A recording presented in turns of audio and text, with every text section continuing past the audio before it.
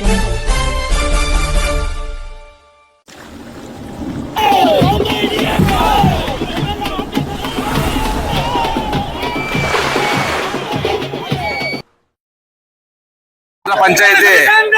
ಕೀಳೊಳ್ಳಿ ಗ್ರಾಮದಲ್ಲಿ ಬಹಳ ವೈಭವ ಪೂರ್ವಕವಾಗಿರ್ತಕ್ಕಂಥ ಸಲ್ಲಾಪುರಮ್ಮ ದೇವಿಯ ಒಂದು ಜಾತ್ರಾ ಮಹೋತ್ಸವ ನಾನು ಎಲ್ಲೂ ನೋಡಿಲ್ಲ. ಅಷ್ಟು ವಿಜೃಂಭಣೆಯಿಂದ ಮಾಡ್ತಾ ಇದ್ದಾರೆ.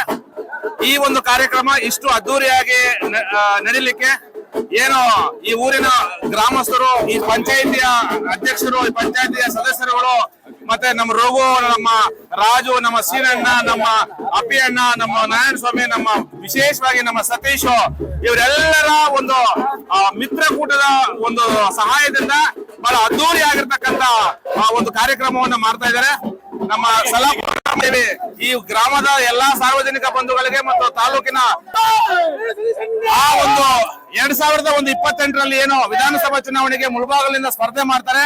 ಆ ಸ್ಪರ್ಧೆ ಮಾಡಿದಂತಹ ಸಂದರ್ಭದಲ್ಲಿ ನಾವುಗಳೆಲ್ಲರೂ ವಿಶೇಷವಾಗಿ ನಮ್ಮ ಮಿತ್ರ ಮಂಡಳಿಯಲ್ಲಿ ಏನಿದೆ ಇವರೆಲ್ಲರೂ ಸಹ ಒಂದು ಸಹಕಾರ ಮಾಡಿ ಅವರನ್ನ MLA ಆಗಿ ನಾವು ಗೆಲ್ಸ್ಕೊಂಡೆ ಆದ್ರೆ ಖಂಡಿತವಾಗಿ ಈ ಮುಳಬಾಗಲ್ ತಾಲೂಕಿನ ಅಭಿವೃದ್ಧಿ 100% ಸರ್ವತೋಮುಖವಾಗಿ ಅಭಿವೃದ್ಧಿ ಆಗುತ್ತೆ ಅನ್ನುವಂತಹ ಮಾತನ್ನ ನಾನು ಹೇಳ್ತಾ ಇವತ್ತೇನು ಅಣ್ಣನ್ನ ಬಹಳ ಇಷ್ಟು ವೈಭವ ಪೂರ್ವಕವಾಗಿ ಬಹಳ ಅದ್ದೂರಿಯಾಗಿ ಬರ್ಮಾಡ್ಕೊಂಡಿರ್ತಕ್ಕಂಥ ನಮ್ಮೆಲ್ಲ ಸತೀಶ್ ಅವರೆಲ್ಲ, ನಮ್ಮ ರಘು ಅವರೆಲ್ಲ ಒಂದು ಮಿತ್ರರಿಗೆ ನನ್ನ ಅಭಿನಂದನೆಗಳನ್ನು ಸಲ್ಲಿಸುತ್ತಾ ನಾನು ಮಾತನ್ನ ಮುಗಿಸ್ತಾ ಇದ್ದೀನಿ. ಜೈ ಸಲ್ಲಾಪುರಮ್ಮ.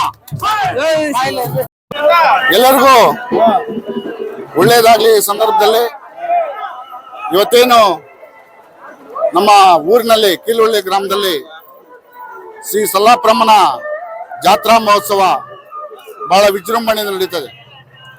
ಇದು ಅನಾದಿ ಕಾಲದಿಂದ ಕೂಡ ನಡೆದುಕೊಂಡು ಬಂದಿರತಕ್ಕಂಥದ್ದು.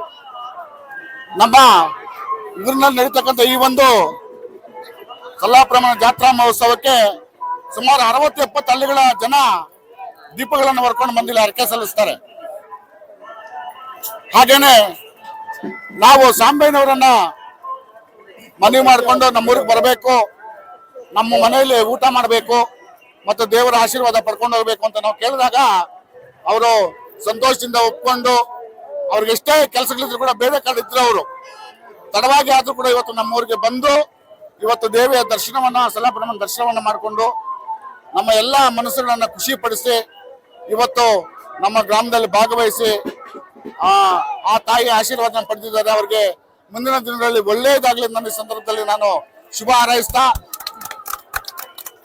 ನಮ್ಮ ಮಾತಿಗೆ ಬೆಲೆ ಕೊಟ್ಟಿದ್ದಕ್ಕಾಗಿ ಅವರಿಗೆ ನಾನು ಎಲ್ಲ ನನ್ನ ಸ್ನೇಹಿತ ಬಳಗ, ನನ್ನ ಸ್ನೇಹ ಬಳಗ, ನನ್ನ ಎಲ್ಲ ಒಂದು ಸಂಘಟನೆಯ ಒಂದು ಬಳಗದ ವತಿಯಿಂದ ಮತ್ತು ನಮ್ಮ ಗ್ರಾಮ ಪಂಚಾಯತಿ ಅಧ್ಯಕ್ಷರಾದಂತ ಸುವರ್ಣ ನಾರಾಯಣ ಸ್ವಾಮಿ ಮತ್ತು ಅವರ ತಂಡದ ವತಿಯಿಂದ ನಮ್ಮ MPS ಮಂಜು,